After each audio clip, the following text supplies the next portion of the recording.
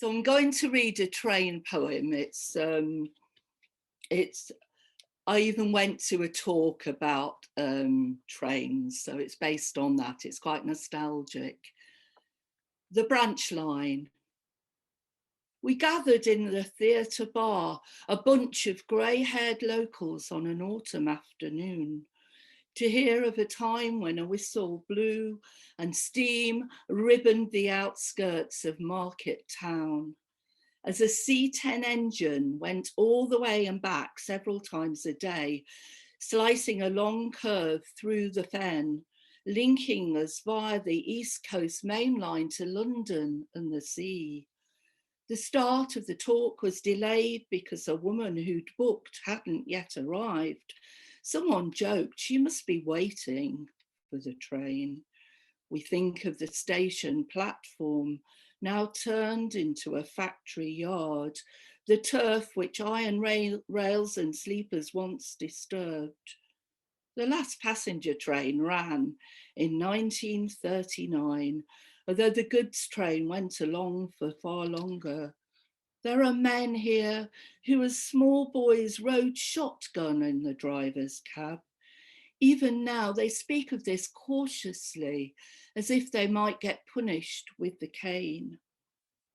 It was a fine day when the railway opened, the 1st of May. 1,000 people gathered in the town.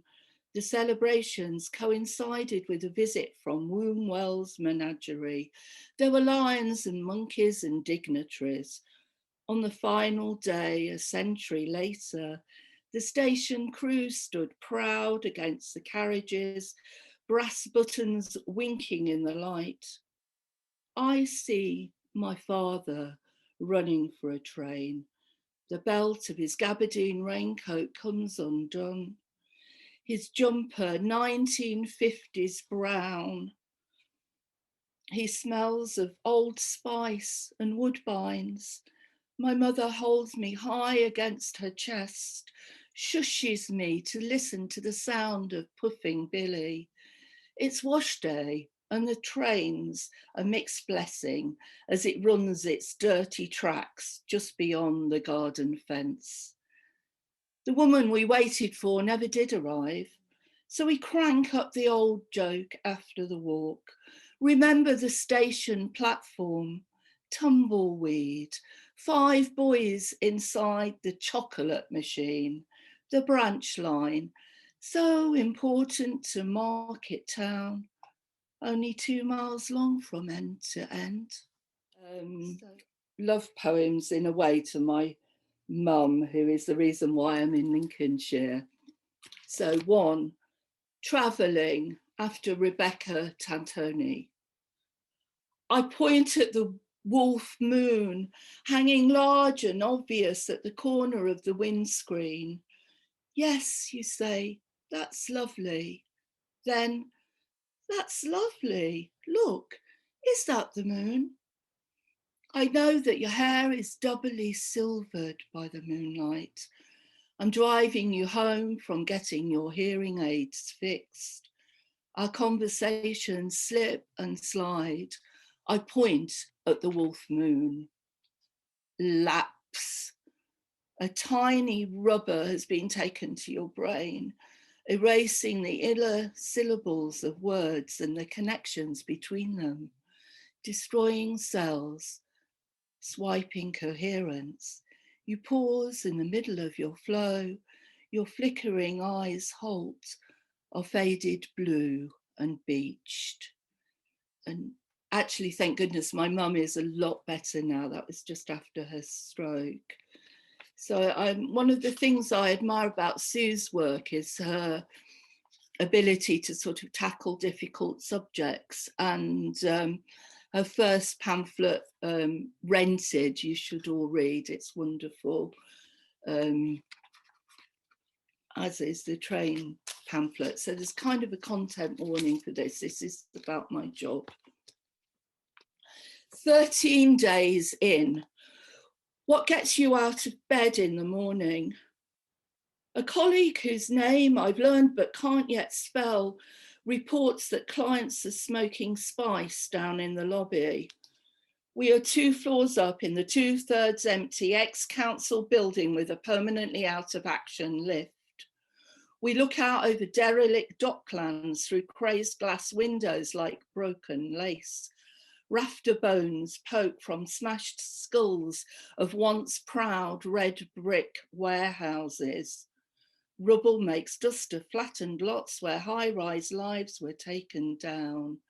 Maria breezes in on a mission between jobs, says she isn't clean yet, has to keep earning. Her face is ash grey, gappy smile, blouse unbuttoned to her bra, ponytail tied so tight her eyebrows are permanently raised, ready for business. What are your goals? Where do you see yourself in 6 months' time? Maria points at a tower of sticks and rubbish 2 floors below, ready for bonfire night. Maybe there'll be fireworks, she says. A colleague says, be careful. She talks too much as a smokescreen to avoid answering questions. Are you injecting? Which drugs have you used in the last 5 days? Maria says she would never actively try and kill herself, but sometimes feels like she can't be asked to say alive. At 5 p.m, it's almost dark. We hurry to leave, go down in pairs. The lobby smells of burnt rubber and fish glue. So we're going to go on a more gentle excursion now. Thank you.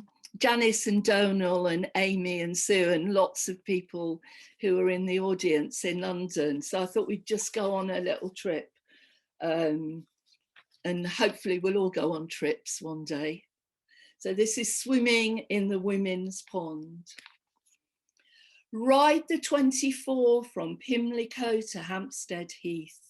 Cycle the superhighway and turn right at Islington. Leave the road at the Vale of Health, walk ankle deep in grass, squeeze in Bramble Alley to the hidden gate.